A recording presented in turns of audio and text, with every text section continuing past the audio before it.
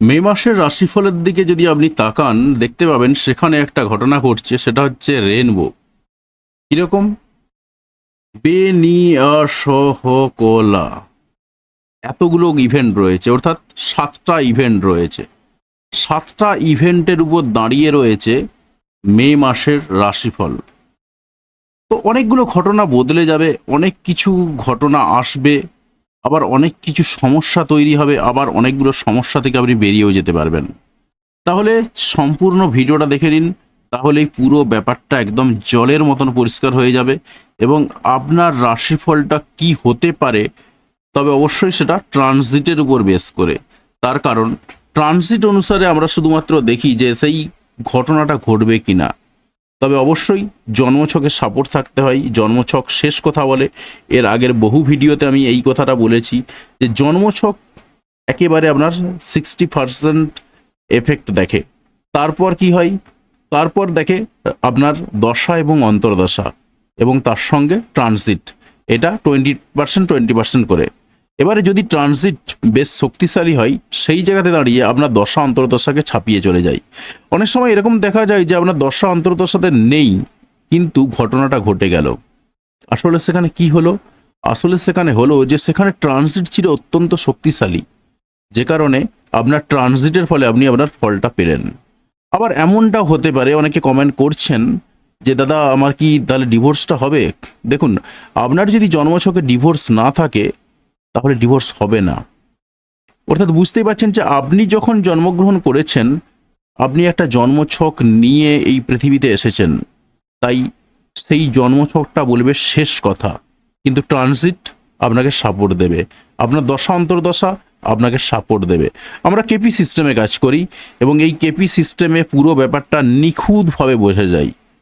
কারণ সেখানে কি হয়, প্রত্যেকটা হাউসের সাব লর্ড ধরে ধরে সেখানে বিচার করা হয় এবং এখানে 2 মিনিটের পার্থক্য বা কোনো কোনো সময় 1.5 মিনিটের পার্থক্যেও একটা মানুষের অনেক কিছু ঘটনা বদলে যায়। তো তাহলে আমরা ট্রানজিটের উপর বেস করে রাশিফলটা দেখে নেব যে মে মাসে ঠিক আপনার রাশির জন্য কি অপেক্ষা করছে। তো প্রথমে একটু ব্যাকগ্রাউন্ডটা দেখে নেওয়া যাক যে মে মাসে কি কি ঘটনা ঘটছে। দেখুন, মে মাসের একটা ঘটনা ঘটছে কীরকম, সেটা এপ্রিল মাসের একদম শেষে ঘটছে, যে কারণে আমি এপ্রিল মাসের রাশির ফলের মধ্যে ইনক্লুড করিনি। সেটা কীরকম, 30/4/2026 মার্কারি অর্থাৎ বুধ সে কোথায় প্রবেশ করছে না, মেষ রাশিতে প্রবেশ করছে। এর পরের কি ঘটনা ঘটছে? এর পরে যে ঘটনাটা ঘটছে সেটা হলো 11/5/2026 মার্স অর্থাৎ মঙ্গল সে প্রবেশ করছে কোথায়, মেষ রাশিতে। তারপরে কি ঘটনা ঘটছে, 14/5/2026 ভেনাস, ভেনাস বলতে শুক্র, যে প্রবেশ করছে কোথায়, মিথুন রাশিতে প্রবেশ করছে। তারপরে 15/5/2026 মার্কারি অর্থাৎ বুধ আবার প্রবেশ করছে কোথায়, টরাসে অর্থাৎ বৃষ রাশিতে প্রবেশ করছে। তারপর 15/5/2026 সূর্য বা শান সে প্রবেশ করছে টরাসে অর্থাৎ বৃষ রাশিতে। তারপর কি ঘটনা ঘটছে, 17/5/2026 স্যাটার্ন অর্থাৎ শনি সে কি করছে, সে তার রেবতী নক্ষত্রে প্রবেশ করছে, অর্থাৎ সে রয়েছে মীন রাশিতেই থাকবে এবং সে প্রবেশ করছে রেবতী নক্ষত্রে। এরপরে কি ঘটনা ঘটছে, 29/5/2026 তখন কি হচ্ছে, মার্কারি অর্থাৎ বুধ সে প্রবেশ করছে জেমিনাইন বা মিথুন রাশিতে প্রবেশ করছে। সুতরাং বুঝতেই পাচ্ছেন যে আমি যেটা প্রথমেই বলছিলাম, বেনিয়াসহকলা, এই 7টা ঘটনা, এই 7টা ঘটনার উপর বেশ করেই কিন্তু এই কাজগুলো ঘটছে। অর্থাৎ আপনার একটা সময়ের পরে পরে আবার ফেজগুলো চেঞ্জ হয়ে যাবে। তাহলে প্রথমেই আমরা কি দেখব যে 1 তারিখের অর্থাৎ 1/5/2026 চার্টটা কি রয়েছে। তাহলে 1/5/2026 থেকে শুরু করে একেবারে 10/5/2026 পর্যন্ত একটা ঘটনা ঘটবে। তারপর 10 তারিখের পরে অর্থাৎ 11/5/2026 থেকে শুরু করে 14 তারিখ পর্যন্ত বা 13 তারিখ পর্যন্ত একটা ঘটনা ঘটবে। তারপর 14 তারিখ থেকে 15 তারিখ, এই দুটোকে আমি একসঙ্গেই ধরছি কারণ একই সঙ্গেই ঘটনা ঘটছে, শুধুমাত্র সামান্য একটু টাইমের পার্থক্য। তারপরে কি ঘটছে, 15 তারিখ থেকে শুরু করে 17 তারিখ পর্যন্ত একটা ঘটনা ঘটছে।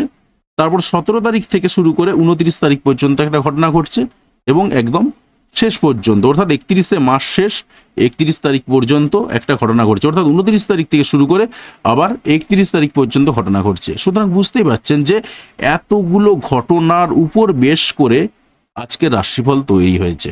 মিথুন রাশির মে মাসটা কিরকম যেতে পারে, তো ঝটপট কমেন্ট করে জানিয়ে দিন আপনি কোন এলাকা থেকে ভিডিওটি দেখছেন। আর অবশ্যই ভিডিওতে একটা লাইক দিয়ে দেবেন, কারণ আপনাদের একটা লাইক আমাদের ভিডিওকে আরো সুন্দর করতে ইন্সপায়ার করে। তো দেখুন, অনেকগুলো ঘটনার উপর বেস করেই কিন্তু মে মাসের রাশিফল, তো ঘটনাগুলো বলেই দিয়েছি। তো প্রথমেই আমরা চলে আসছি 1-5-2026-এর প্ল্যানেটারি পজিশন কি অবস্থায় রয়েছে।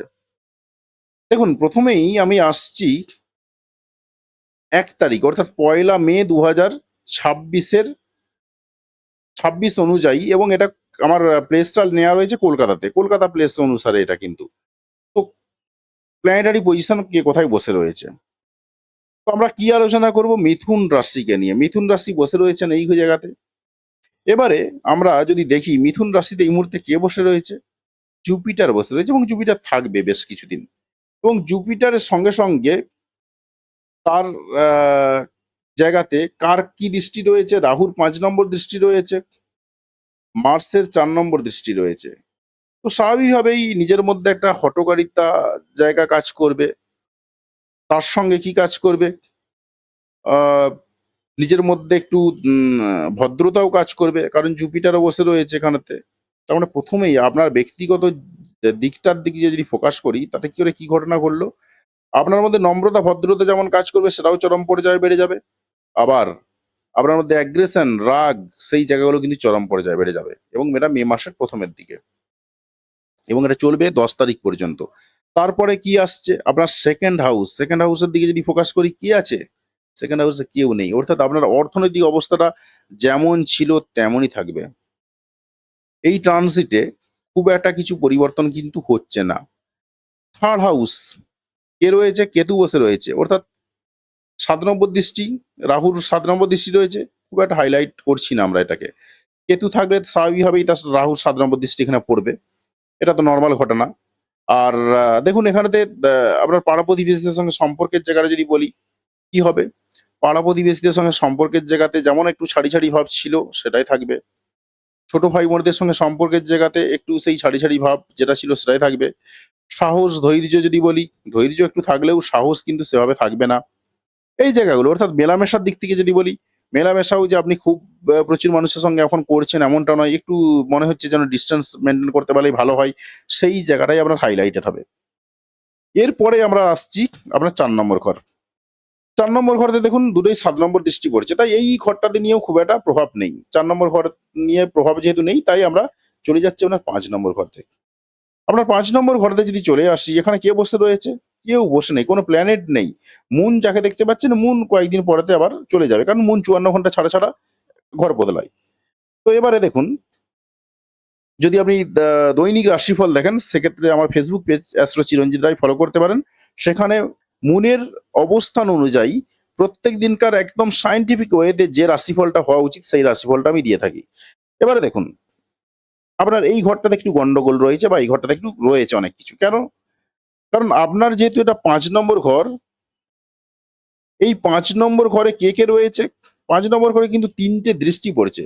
বৃহস্পতির 5 নম্বর দৃষ্টি পড়ছে, অর্থাৎ আপনার ট্যালেন্টের যে জায়গাটা, সেই ট্যালেন্টের জায়গাটা থাকবে, মোটামুটি ভালোই থাকবে। তার সঙ্গে কি হচ্ছে, মার্সের 8 নম্বর দৃষ্টি পড়ছে, অর্থাৎ আপনার ট্যালেন্টের জায়গাটাকে আরো বাড়িয়ে দেবে। তার সঙ্গে কি হচ্ছে, রাহুর 9 নম্বর দৃষ্টি পড়ছে। রাহুর 9 নম্বর দৃষ্টির ফলেতে কি ঘটনা ঘটবে, রাহুর 9 নম্বর দৃষ্টি পড়ছে, তার ফলে কি হবে, এই ট্যালেন্টের জায়গাটা কিন্তু আরো বেশি বেশি করে বাড়তে থাকবে। তার সঙ্গে কে রয়েছে, আপনার মার্সের 8 নম্বর দৃষ্টি রয়েছে, অর্থাৎ হঠকারিতার জায়গাটাও কিন্তু বেড়ে যাবে। সুতরাং বোঝা যাচ্ছে যে আপনার যে ট্যালেন্ট রয়েছে, সেই ট্যালেন্টের জায়গাতে হঠকারিতা আসবে, তার সঙ্গে সঙ্গে সেই হঠকারিতাও বাড়বে, এবং আপনার ট্যালেন্টের জায়গা, সেই ট্যালেন্টের জায়গাটাও বাড়বে। ওভারঅল বলতে পারি, আপনার ট্যালেন্টটাকে কাজে লাগিয়ে আপনি অনেক কিছু করতে পারেন, এই সময়টা কাজ করতে পারেন। প্রেমের জায়গাতে যদি বলি, আপনার প্রেমের জায়গাটাও কিন্তু অ্যাজ ইট ইজ একই রকম থাকছে। একটু গন্ডগোল রয়েছে, কারণ এখানে মঙ্গলের দৃষ্টি রয়েছে, রাহুর দৃষ্টি রয়েছে, তারপর আবার বৃহস্পতির দৃষ্টি রয়েছে। অনেকে বলবেন গুরু এবং চণ্ডাল দুজনের দৃষ্টিই রয়েছে। তো স্বাভাবিকভাবেই এই ঘরটা একটু ড্যামেজ হয়ে যেতে পারে। ঠিক আছে? কিন্তু অতটা যে ড্যামেজ হবে এমনটাও কিন্তু নয়। ওভারঅল আপনার প্রেমের ক্ষেত্রে কি ঘটনা ঘটবে? কোনো ইল্লিগাল সম্পর্কে জড়িয়ে যেতে পারেন, এই ধরনের ঘটনা ঘটবে। সন্তানদের সঙ্গে সম্পর্কের জায়গাটা নরমাল থাকবে। খুব একটা আহামরি পরিবর্তন এমনটা বলব না। কারণ ওই বললাম যেটা একদম না বললেও নয়, সেটা রাহুর দৃষ্টি আছে এবং চন্ডালেরও দৃষ্টি রয়েছে। এরপরেতে আমরা কোথায় আসছি? আপনার ৬ নম্বর ঘরকে বাদ দিয়ে একদম ৭ নম্বর ঘরে চলে আসছি। ৬ নম্বর ঘটিত খুব একটা কিছু ঘটছে না আপনার জীবনে। এরপরে যখন মঙ্গলের ট্রানজিট হবে, সেই মঙ্গলের ট্রানজিট অনুযায়ী আপনাকে বলব একটু পরেই। তো আপাতত ১লা মে থেকে শুরু করে ১০ই মে পর্যন্ত সেরকম কিছু নেই। দেখুন আপনার যে ৭ নম্বর ঘরে কে প্রবেশ করেছে? ৭ নম্বর ঘরেতে রয়েছে শনির ১০ নম্বর দৃষ্টি। আমি এই ৭ নম্বর দৃষ্টিটা বাদই দিলাম। ৭ নম্বর দৃষ্টি তো সবারই রয়েছে, সোজাসুজি দৃষ্টি। সেটা নিয়ে খুব একটা এফেক্ট পড়ে না। কিন্তু শনির ১০ নম্বর দৃষ্টি রয়েছে। অর্থাৎ আপনি যদি বিবাহ করতে চান, আপনাকে শনিদেব কি বলছেন? একটু ওয়েট করে যেতে। যদি ব্যবসা করতে চান কারোর সঙ্গে, সেখানে শনিদেব কি বলছেন? একটু ওয়েট করে যেতে। এই জায়গাগুলো কিন্তু আপনার হাইলাইটেড হচ্ছে। অর্থাৎ আপনার ব্যবসার ক্ষেত্রে, বিবাহের ক্ষেত্রে এই জায়গাগুলো কিন্তু আপনার একটু ধৈর্য ধরে চলতে হবে। এরপরেতে কি আসছি? আপনার ৮ নম্বর ঘর। আপনার ৮ নম্বর ঘরেতে কি ঘটনা ঘটছে দেখুন, ৮ নম্বর ঘরেতে যে ঘটনাটা ঘটছে সেটা হচ্ছে আপনার রাহুর ১২ নম্বর দৃষ্টিটা পড়ছে। এর আগে তো আমি একটা জায়গা বলেইছিলাম। সেটা কি? ৫ নম্বর দৃষ্টি বোঝাতে গিয়ে আপনি যদি কারো সঙ্গে প্রেম করেন, তার সঙ্গে কিছু ইল্লিগাল ঘটনাও ঘটে যেতে পারে। সেটা কিন্তু আবার ৮ নম্বর ঘরটা আবার হাইলাইটেড হচ্ছে। এই ঘটনা ঘটার সম্ভাবনা কিন্তু প্রবল। অর্থাৎ এই সম্ভাবনা কিন্তু আরো একবার তৈরি হয়ে যাচ্ছে। এবার দেখুন ৮ নম্বর ঘরে হঠাৎ কিছু পাওয়া-টাওয়া বোঝায়, কিন্তু আপনার এখানে হঠাৎ কিছু পাওয়া হবে না। হঠাৎ লস হয়ে যাওয়ার সম্ভাবনা রয়েছে। তাই কয়েকটা দিক থেকে আপনাকে সাবধানে থাকতে হবে। হঠাৎ লস হয়ে যাওয়ার কিন্তু সম্ভাবনা দেখতে পাওয়া যাচ্ছে। তাই সেই জায়গাতে দাঁড়িয়ে আপনাকে সাবধানে থাকতে হবে। কোন দিক থেকে সাবধানে থাকতে হবে? ৫ নম্বর ঘরটাকে যদি দেখি, ৫ নম্বর ঘরটা আবার শেয়ার মার্কেট দিকটাও দেখে। ৫ নম্বর ঘরটা আবার শেয়ার মার্কেটের দিকটাও ফোকাস করে। তাই শেয়ার মার্কেটে হঠাৎ হঠাৎ করে লস হয়ে যাওয়ার সম্ভাবনা রয়েছে। তাই আপনাকে একটু সাবধানে চলতে হবে স্ক্রিপ কেনা কিংবা স্ক্রিপ বেচার ক্ষেত্রে। এরপরেতে আমি কোথায় আসছি? এই ঘরটায়। অর্থাৎ এইটা আপনার ৯ নম্বর ঘর। ৯ নম্বর ঘরে কে রয়েছে? রাহু বসে রয়েছে। রাহু কি আপনার ভাগ্যের স্থানটা বাড়িয়ে দেবে চরম পর্যায়ে? এমনটাও কিন্তু নয়। কারণ এটা স্যাটার্নের ঘর। আপনি যদি কর্ম করে থাকেন তবেই এটা হবে। তবে আপনার ভাগ্যের স্থানে এই মুহূর্তে রাহু বসে রয়েছে। কিন্তু ঘরটা স্যাটার্নের। আবার সেখানে কি হচ্ছে? বৃহস্পতির ৯ নম্বর দৃষ্টি পড়ছে। কি হতে পারে? দেশের মধ্যে কোথাও ভ্রমণ হতে পারে। এর বাইরে আর কি কিছু হবে? এর বাইরে কিন্তু আর খুব একটা কিছু দেখতে পাওয়া যাচ্ছে না। এবং এটা থাকবে আপাতত। এর আগেতেই যেমন বলেছিলাম সেই একই রকম থাকছে। অর্থাৎ বিশাল কিছু পরিবর্তন হচ্ছে না। এরপরে আমরা আসছি আপনার ১০ নম্বর ঘরে। আপনার ১০ নম্বর ঘরে কে বসে রয়েছে? মার্স রয়েছে, স্যাটার্ন রয়েছে। আপনার কর্মের জায়গাতে একটু বিশৃঙ্খলা, একটু গন্ডগোল এই জায়গাগুলো থাকবে। কারণ এটা ক্লোজ কনজাংশন এ রয়েছে। এবং মার্স এবং স্যাটার্ন থাকার ফলে একজন হঠকারী ইন্ডিকেশন করে, একজন স্থিতিশীলতাকে ইন্ডিকেশন করে। তাই কর্মের জায়গাতে কিন্তু আপনার একটু বিশৃঙ্খলা থাকবে এই মুহূর্তে। সেটাই কিন্তু দেখতে পাওয়া যাচ্ছে। এর বাইরে আর খুব একটা কিছু নেই। এরপরে আমরা আসছি ১১ নম্বর ঘরে। অর্থাৎ আপনার পাওনা গন্ডার দিকটা, ইচ্ছা পূরণের দিকটা। ইচ্ছা পূরণে কিছু খুচরো ইচ্ছা পূরণ হতে পারে। ইচ্ছা পূরণের জায়গাতে আপনি একটু বুদ্ধি কাজে লাগাতে পারবেন। কারণ বুধ এবং সূর্য এক ঘরে ক্লোজ কনজাংশন এ রয়েছে বা ক্লোজ কনজাংশন এ কয়েকদিনের মধ্যেই যাবে। তো এই জায়গাতে আপনি কিছু বুদ্ধি কাজে লাগাতে পারেন। আ দীর্ঘস্থায়ী বন্ধুত্বের ক্ষেত্রে বুদ্ধি কাজে লাগাতে পারেন। পাশাপাশি আপনি আরো কিছু কাজে লাগাতে পারেন, সেটা হচ্ছে প্রাপ্তির ক্ষেত্রে, যেকোনো জিনিস প্রাপ্তির ক্ষেত্রে একটু বুদ্ধি কাজে লাগাতে পারেন এই জায়গাটা।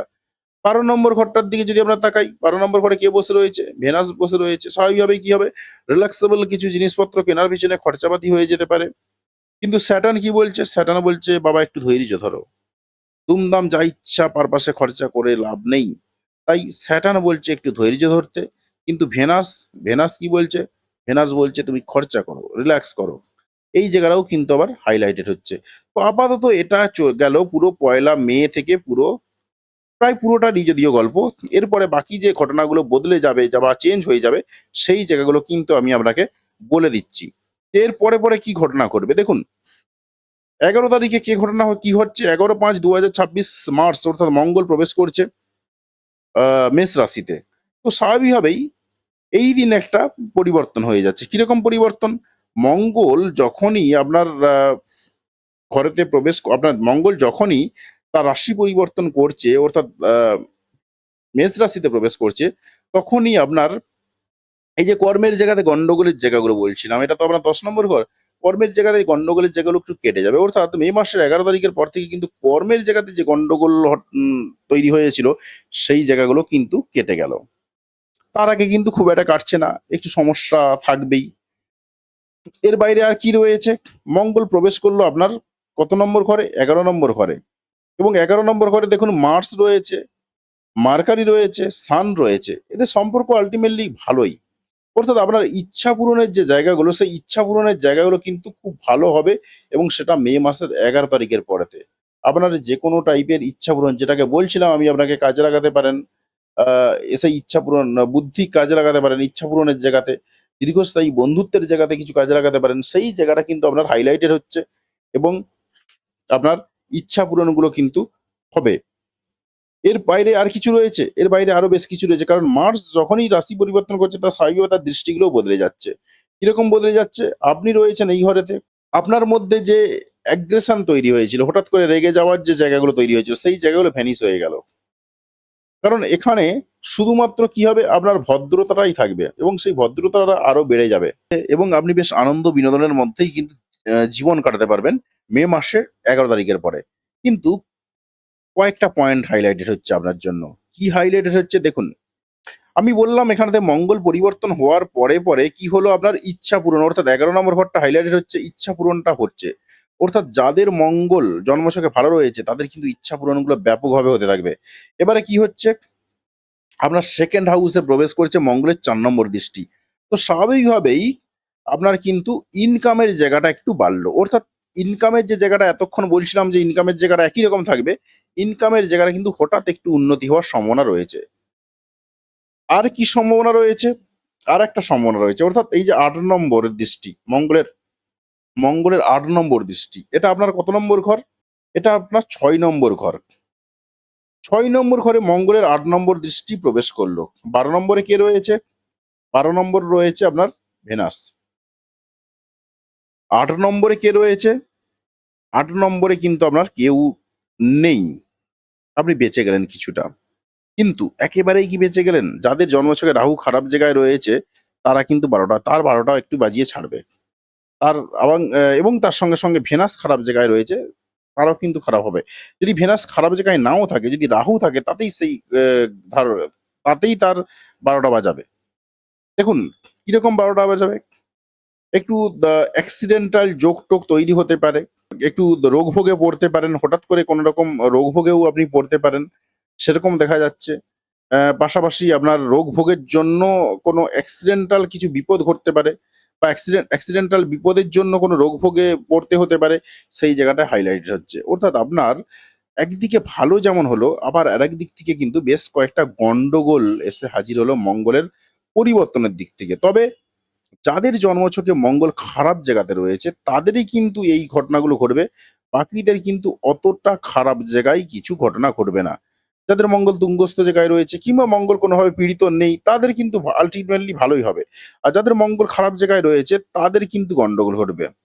তো এরপরেতে আমরা বাকি জায়গাগুলো দেখে নেব। কিরকম? দেখুন, আমরা যদি দেখি এরপরে কি রয়েছে ১৪/৫/২০২৬ ভেনাস অর্থাৎ শুক্র প্রবেশ করছে মিথুন রাশিতে। অর্থাৎ আপনার নিজের রাশিতে। যখনই আপনার নিজের রাশিতে ভেনাস বা শুক্র প্রবেশ করছে তখনই কি হবে? আপনার মধ্যে একটু সৌন্দর্যায়ন বেড়ে যাবে। আপনি একটু সেজেগুজে রিল্যাক্সে থাকতে পছন্দ করবেন, কমফোর্টেবল ভাবে থাকতে পছন্দ করবেন। তবে ভদ্রতা যেটা ছিল সেই ভদ্রতা থাকবেই। এবং ভেনাস এবং রাহুর যেহেতু ৫ নম্বর দৃষ্টিটা রয়েছে তাই স্বাভাবিকভাবেই কিন্তু এই যে জায়গাগুলো অর্থাৎ আপনার ভদ্রতার জায়গাটাও যেমন বাড়াবে, তার সঙ্গে ভেনাস প্রবেশ করে যাওয়ার ফলেতে আপনার মধ্যে আবার সাজগোজের জায়গাটা বা আপনার কমফোর্টেবল ভাবে থাকার জায়গাটা বা আপনার নিজের খুশি ভাবে থাকার জায়গাটা, সেই জায়গাটাও কিন্তু বাড়াবে। আল্টিমেটলি কিন্তু আপনার মে মাসটা এখনো পর্যন্ত সব দিক থেকে ভালোই যাচ্ছে। এরপরেতে কি ঘটনা ঘটবে? শুধুমাত্র ভেনাসের ট্রানজিট হলো। তাই ভেনাসের ট্রানজিট একটা ঘরেতেই হচ্ছে। তাই আমরা বাকি জায়গাগুলোকে নিয়ে আর আলোচনা করছি না। কারণ বাকি জায়গাগুলো একই রকম থাকছে। তাহলে আমরা নেক্সট দেখে নেব যে পরবর্তীকালে পরের কি ঘরে কি রয়েছে। দেখুন 15/5/2026 মার্কারি অর্থাৎ বুধ প্রবেশ করছে কোথায়? টরাসে বা বৃষ রাশিতে। আবার 15/5/2026 সান অর্থাৎ সূর্য সেও প্রবেশ করছে টরাসে অর্থাৎ বৃষ রাশিতে। তো এর ফলে কি ঘটনা ঘটবে? এর ফলে কিছু ঘটনা আবার বদলে যাবে। কিরকম? সূর্য এবং বুধ দুজনেই প্রবেশ করছে টরাসে অর্থাৎ বৃষ রাশিতে। বৃষ রাশিতে প্রবেশ করার ফলে কি হবে? আপনার এটা 12 নম্বর ঘর। আপনার যখন এই 12 নম্বর ঘর, এটা আপনার 11 নম্বর ঘর হলো। 11 নম্বর ঘরের প্রভাব আপনি একই রকম ভাবে পেতে থাকবেন। অর্থাৎ মার্স প্রবেশ করার ফলেতে এবং যখনই এরা মার্কারি এবং শান আপনার 12 নম্বর ঘরে চলে আসবে, আপনাদের মধ্যে যাদের মঙ্গল ভালো রয়েছে জন্মছকে, তারা কিন্তু এই ইচ্ছা পূরণগুলো আরো ভালোভাবে করতে পারবেন। কারণ মঙ্গল একা বসে রয়েছে। আর যাদের জন্মছকে নেই অতটা পাবেন না, কিন্তু কিছুটা পাবেন। কিন্তু কতগুলো গন্ডগোল ঘটলো। কিরকম গন্ডগোল ঘটলো? 12 নম্বর ঘরে যখনই মার্কারি প্রবেশ করছে, তাই কি হবে? আপনার কিছু খুচরো পারপাসে খরচাপাতি বেড়ে যাবে। সূর্য যখন প্রবেশ করছে, একই দিনে প্রবেশ করছে, স্বাভাবিকভাবেই কি ঘটনা ঘটবে? আপনার ব্র্যান্ডেড কিছু জিনিসপত্র কেনার পিছনে খরচাপাতি বাড়তে পারে। সম্মান রক্ষার্থে কিছু খরচাপাতি বাড়তে পারে এবং সেটা কি হবে? মে মাসের 15 তারিখের থেকে শুরু করে বাকি সময়টা কিন্তু আপনার এই ধরনের ঘটনা ঘটতে থাকবে। তবে এই জায়গাতে বুধ এবং সূর্য এক ঘরে থাকার ফলে আপনি কিন্তু এই পারপাসে বুদ্ধিটাকেও কাজে লাগাতে পারবেন। তবে এই যে খরচপাতিগুলো বেড়ে যাবে, সেই জায়গাতে স্যাটার্ন কি বলছে? স্যাটার্নের তার ৩ নম্বর দৃষ্টি দিয়ে বলছে, ধৈর্য ধরো। অর্থাৎ উল্টোপাল্টা পারপাসে খরচাপাতি একদম চলবে না। স্যাটার্ন কিন্তু ধৈর্য ধরতে বলছে। বাকি একই রকম থাকবে। বাকিগুলো তাই আমি আর বলছি না। কারণ বাকিদের প্রভাব সেভাবে আর পড়বে না। আর তারপরের কি এফেক্ট রয়েছে? এর পরের যে এফেক্ট রয়েছে সেটা হচ্ছে 17/5/2026 স্যাটার্ন অর্থাৎ শনি সে প্রবেশ করছে রেবতী নক্ষত্রে। রেবতী নক্ষত্র হচ্ছে বুধের নক্ষত্র। এবারে যদি আমরা দেখি যে এই রেবতী নক্ষত্রের জায়গাতে আপনার জন্য কি অপেক্ষা করছে? দেখুন রেবতী নক্ষত্রের জন্য যখনই 16°40' পেরিয়ে যাচ্ছে, তখনই সে রেবতী নক্ষত্রে প্রবেশ করছে। রেবতী নক্ষত্রে প্রবেশ করার ফলে কি ঘটনা ঘটবে? স্যাটার্ন অর্থাৎ একে কন্ট্রোল করবে কে? না, মার্কারি। কারণ রেবতী হচ্ছে মার্কারির নক্ষত্র বা বুধের নক্ষত্র। স্যাটার্নকে মনে করুন একজন বৃদ্ধ মানুষ, বয়স্ক মানুষ। আর মার্কারি হচ্ছে একটা বাচ্চা ছেলে।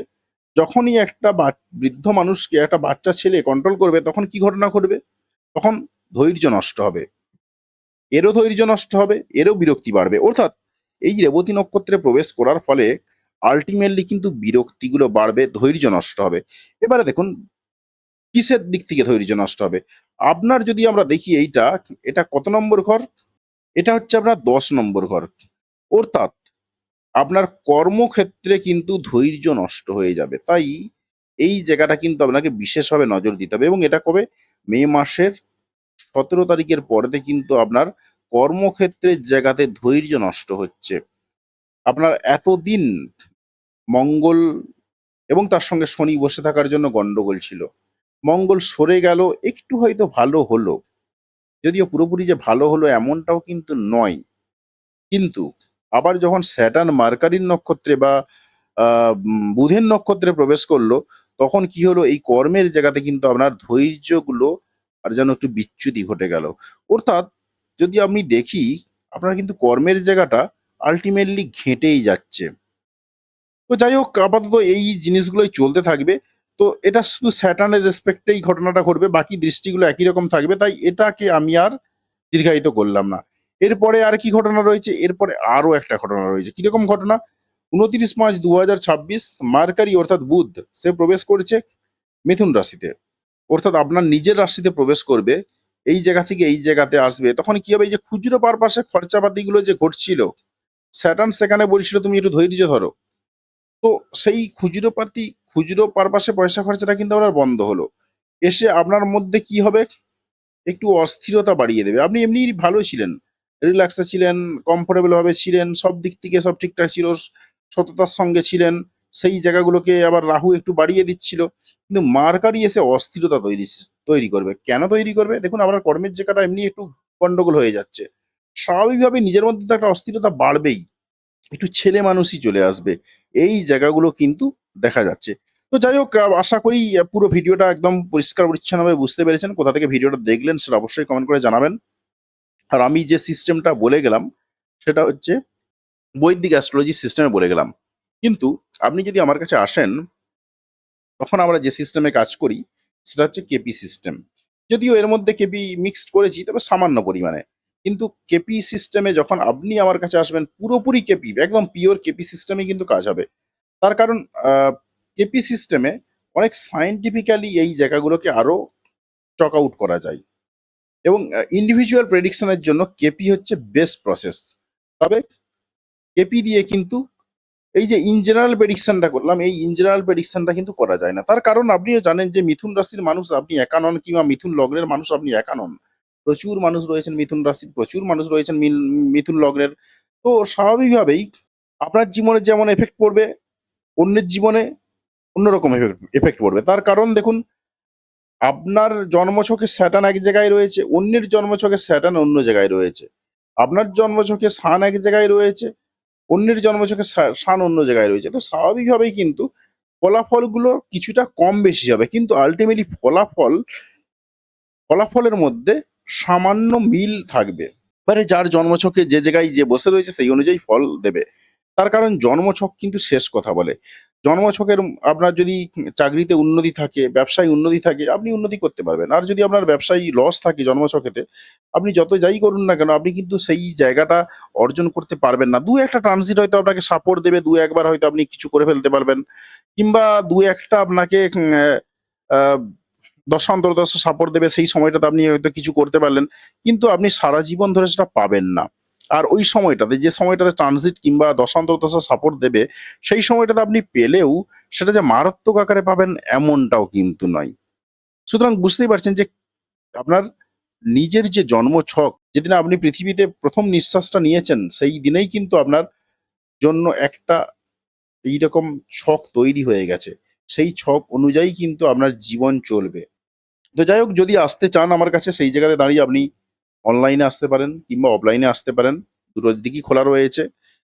আর আ যে স্ক্রিনে যে নাম্বারটা দেয়া রয়েছে সেই স্ক্রিনের নাম্বারে ফোন করতে পারেন কিংবা হোয়াটসঅ্যাপ করতে পারেন। আর যদি ফোনে না পান অবশ্যই হোয়াটসঅ্যাপ করবেন, তাহলেও চলবে। তো ধন্যবাদ বন্ধু ভিডিওটি দেখার জন্য।